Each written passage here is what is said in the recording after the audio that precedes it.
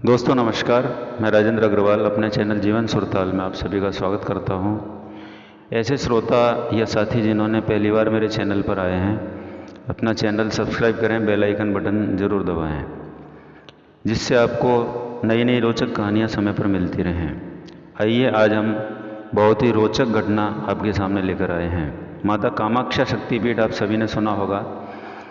ये असम की राजधानी गुवाहाटी स्टेशन से 10 किलोमीटर दूर नीलांचल पर्वत पर स्थित है। यहाँ एक बहुत बड़ा पत्थर का शिलाखंड है जो योनि के आकार का है।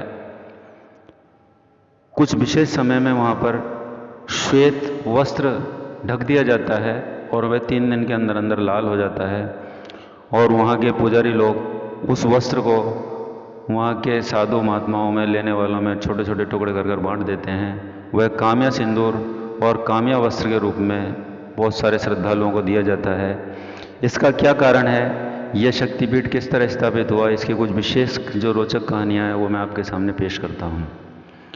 पौराणिक कथा है कि जब माता सती के पिता राजा दक्ष के यहाँ बहुत बड़ा यज्ञ होने वाला था और उस यज्ञ में भगवान शिव को आमंत्रित नहीं किया गया था, लेकिन जब सभी देवताओं को जाते हुए माता सती देखती हैं कि सभी लोग वहाँ जा रहे हैं और मैं नहीं जा रही हूँ, तो भगवान शिव से झगड़ा करके भी वहाँ जाने के लिए जिद करती हैं और जिद करके वो वहाँ चली जाती हैं। वहाँ जाने के पश्चात वो क्या देखती हैं कि राजा दक्ष ने भगवान शिव का कोई भी स्थान नहीं दिया हुआ था। अपने पति का इस तरह से अपमान देखकर माता सती को बहुत क्रोध आता है और उस क्रोध के वशीभूत होकर वो अपना आत्मदाह कर लेती हैं। जब यह सूचना भगवान शिव को लगती है कि सती ने आत्मदाह कर लिया है, तो भगवान अपने गणों को भेजते हैं और राजा दक्ष के उस यज्ञ को विध्वंस कर देते हैं और भगवान शिव सती के शरीर को लेकर अपनी पीठ पर लाद कर और ब्रह्मांड में चारों तरफ घूमते रहते हैं और तांडव करते हैं विकराल रूप में आकर। जब यह घटना चलती रहती है तो संसार चक्र रुक जाता है और सभी देवता इकट्ठे होकर भगवान विष्णु के पास जाते हैं और गुहार करते हैं, भगवान ये क्या हो गया, इसका किसी तरह समाधान करो। तो भगवान विष्णु अपना सुदर्शन चक्र छोड़ते हैं और उस सुदर्शन चक्र से माता सती के शरीर के 52 टुकड़े होते हैं और 52 टुकड़े पृथ्वी पर जहाँ जहाँ गिरे वहाँ पर 52 शक्तिपीठों की स्थापना हो गई। यहाँ पर कामाख्या मंदिर पर माता सती का गर्भ और योनि गिरी थी, जिससे यहाँ कामाख्या शक्तिपीठ की स्थापना हुई और यह सबसे पुराना शक्तिपीठ है। यह एक बहुत बड़ी पौराणिक रोचक कहानी है जिससे यह सिद्ध होता है कि यह बहुत बड़ा शक्तिपीठ है। एक और कहानी मैं आपको बताता हूँ कि एक बार जब कामदेव किसी विशेष गलती के कारण पुरुषार्थहीन हो गए थे, पुरुषत्व उनका समाप्त हो गया था, तो माता के शक्तिपीठ में आकर माता के गर्भ और योनि के द्वारा ही उन्हें पुनः पुरुषत्व प्राप्त हुआ था। भगवान शिव और पार्वती का प्रथम मिलन, प्रथम प्रेम, संस्कृत में प्रेम को कहा जाता है काम, जिसकी शुरुआत यहीं से हुई थी। यह भी एक रोचक कहानी है। दूसरी ओर आप देखेंगे कभी वहाँ जाते हैं तो माता के शक्तिपीठ में, मंदिर में सीढ़ियाँ जो बनी हुई हैं वो आज भी अधूरी हैं। इन अधूरी सीढ़ियों के पीछे क्या राज है कि वहाँ एक नरका नाम का राक्षस रहता था। नरका नाम का राक्षस माता की सुंदरता पर मोहित हो गया और वह उनसे विवाह करने के लिए तत्पर हो गया और विवाह करने के लिए जिद करने लगा। तो माता उनसे कहती है कि नरका, यदि तुम एक रात में ही नीलांचल पर्वत पर मंदिर तक सीढ़ियाँ बना देते हो तो मैं आपके साथ विवाह कर लूँगी। अब क्या था, नरका को मौका मिल गया और नरकासुर सीढ़ियाँ बनाने में जुट बैठा। अब सीढ़ियाँ बनाते बनाते माता ने सोचा कि ये तो रात भर में पूरी सीढ़ियाँ बना देगा। तो माता ने एक कौवे को मुर्गे के रूप में परिवर्तित किया, मुर्गा बनाया और मुर्गा बनाकर उसको बांग देने के लिए कहा। मुर्गे ने बांग दी।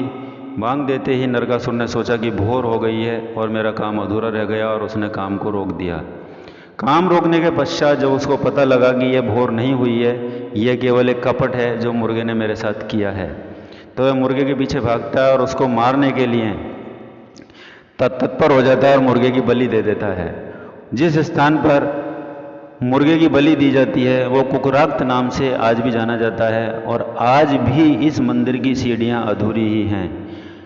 अब कहते हैं कि कामाख्या देवी को बहते रक्त की देवी भी कहा जाता है। इसके पीछे मान्यता यह है कि वर्ष में एक बार माता मासिक धर्म में आती है। मान्यता है कि एक साल भर में जून के महीने में 3 दिन के लिए माता का मंदिर के दरवाजे स्वतः बंद हो जाते हैं और माता रजस्वला हो जाती है। रजस्वला होने पर मंदिर में प्रवेश निषेध हो जाता है, दर्शन बंद हो जाते हैं। इन दिनों में यहाँ पर बहुत बड़ा मेला लगता है, जिसे अंजुमन मेला भी कहा जाता है। यहाँ पर इन दिनों में बहुत सारे सैलानी आते हैं, साधु महात्मा आते हैं, तांत्रिक अघोरी भी आते हैं। तांत्रिक अघोरी अपनी सिद्धि करने के लिए यहाँ आते हैं। इन दिनों में सिद्धि करने के लिए विशेष रूप से क्यों आते हैं?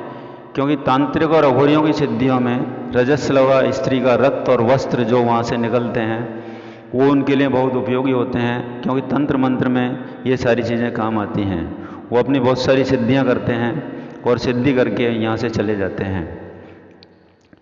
इसके बाद यहाँ पर ऐसा माना जाता है कि ब्रह्मपुत्र नदी में 3 दिनों में जो रक्त स्राव होता है, उस रक्त स्राव से ब्रह्मपुत्र नदी में पानी लाल हो जाता है। कुछ लोगों की मान्यता है कि यहाँ पर इन दिनों में विशेष रूप से सिंदूर चढ़ाया जाता है।